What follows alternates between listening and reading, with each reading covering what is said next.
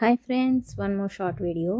ఇక్కడ నేను కారంలో ఉప్పు కలుపుతున్నానండి. ఎందుకంటే ఎండుమిరపకాయలు మొన్ననే పౌడర్ పట్టించుకొని వచ్చానమాట, అందుకనే కలుపుతున్నాను.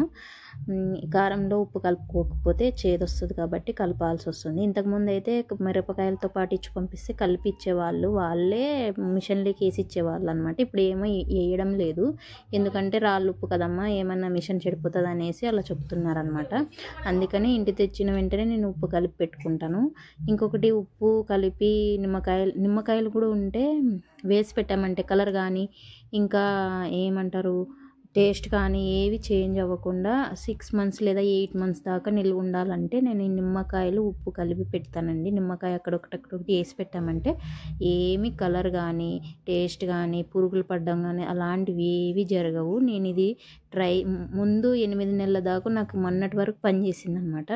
నేను ట్రై చేశాను కాబట్టి మీకు చెప్తున్నాను.